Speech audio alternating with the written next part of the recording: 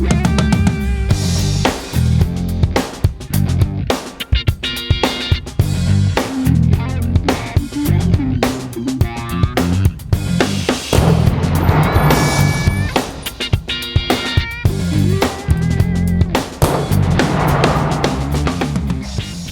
you saw by the title of this, I'm going to give you my opinion on the two SFAR versions by Ruger. We have the 20-inch SFAR and the 16-inch SFAR, and I get this question asked probably the most. Which one's better? So let's begin. Ultimately, if you are shopping and you're sold on the Ruger SFAR, you're going to come to the question, what should I get, the 20-inch or the 16-inch? I spent a while on that question before purchasing my first rifle. The first one I went with was the 16. What made me, I guess, so attracted to the SFAR was the fact that it was so light for a 308. The power to weight ratio on this is unbelievable. I mean, you've got basically the rifle that weighs the same as a 5.56 or 2.23 with, you know, twice or three times the muzzle energy. Power to weight, there's really nothing out there for the price that's going to do what either one of these does. So for the sake of keeping it light, I went with the 16-inch. And ultimately, the fact that it being so light appealed to the bug out situation in my mind. If the shit hit the fan and I had to grab a rifle out of the, you know, gun safe and grab ammo, what am I going to grab? I mean, ultimately, this is going to be it. Walking around with this loaded up with either a 25 round magazine, or they make up to a 40 round, you know, not a drum, but a straight spring-fed magazine, is pretty appealing to me. So that's why ultimately I went with the 16. The 16 is set up for me really for close quarters. Got the EOTech here. I've got a 3x magnifier. The field of view through this EOTech is amazing. It's quick shooting. You can get on target really quickly. And the other nice thing about this particular rifle, or either one of these rifles, is this muzzle brake really keeps the recoil down. So getting your second shot, third shot, fourth shot, whatever, is a lot easier than you would think for a 308. After getting it out and testing its capabilities, I'm actually surprised with how accurate this setup is out past 500 yards. If you haven't seen my previous videos, I'm out shooting this at 720 yards. The first time doing that, I was 7 of 10. I've been out since then, not on camera, and I can pretty much smack that steel with no wind. I would say 9 out of 10, 8 out of 10, 9 out of 10 times, 9 out of 10 shots almost every time, now that I know where it's shooting. And that's with 165 grain and 150 grain. So lighter bullets than what I've set this one up for. If I had to buy just one, this is the first one I got. That doesn't mean I necessarily like this one better. I think it's more well-rounded in what I was looking for, which is a light rifle and high-powered rifle.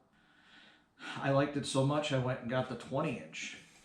And with the 20-inch, this one here has the same great factors that the 16 has. The trigger is amazing on both of these rifles. That's one reason why I like the 16 so much and went to the 20-inch. I wanted something that was going to be a little bit more precise than what I have set up here.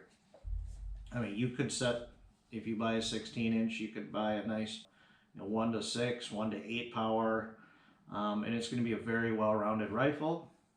I decided to make this one more of a precision rifle. Now, obviously this gun in itself is not something you're going to buy for pure precision. You'd probably go out and buy a bull barrel bolt action, but once again, the lightweight factor and the firepower capabilities, there's really not much out there that you're going to find in this price range. There's really nothing. I challenge you to do that. So this optic is a 1 to 16 power. It's got the drop down reticles out to 1,000 yards, and I have this set up for higher grain bullets, 168 to 180. Now, one thing I'll add to that is the higher grain bullets gives me a little bit more recoil. So even though it's a heavier gun, longer barrel, you would think you'd have less recoil out of this. But in comparison, it actually has a little bit more recoil than my 16, only because I'm shooting a heavier grain bullet the majority of the time. So something I'll add there. What I'm going to do here for you is I'm going to weigh both of these guns. I'm going to take the sling off of this, and I'm going to empty the magazines out. So you'll see how much they weigh and how I have it set up. So let's get doing that here. All right, so here we have the 16-inch, and you can see we are just at about 8 pounds. Next, we've got the 20-inch, and we're just under 9 pounds. So 0.91 pounds is the difference. All right, so there you have it. This one here, got the sling back on it. This thing here was 8.02 pounds, the way I have it set up. So I'm just a rounded kind of person. 8 pounds is the way this is set up, which is phenomenal. 20 rounds of 308 weighs about a pound, 1.25 pounds. So we're talking, a little over 9 pounds with this and 20 rounds in it. If I had a 40 round magazine, I'm talking 10 pounds walking around. To have 40 rounds of firepower in this rifle at 10 pounds is amazing. A lot of the hunting rifles that I've carried as a kid, a lot of the shotguns that I've carried as a kid, loaded with 5 rounds in it or 4 rounds in it, were a lot heavier. So, and then that's kind of mind-blowing to me. This one here, as you saw, it was 8.93 pounds. So we're 9.91 pounds heavier. We'll just round that. Approximately 1 pound heavier is the way I have this set up. And that makes a big difference to me. So ultimately this is, kind of crossed off my bug out list. But if I'm sitting at a table and I'm shooting precision, or if I'm sitting in a hunting stand, hunting blind, where I'm able to, rest this on something, that additional weight isn't a huge deal to me. I mean, it still has the long-range firepower that you're not going to find anywhere else. The other thing I'm going to add is I did order a can for this, and the can that I ordered is just under a pound. That's the Omega 300. So when that goes on here, it's going to weigh approximately the same as this.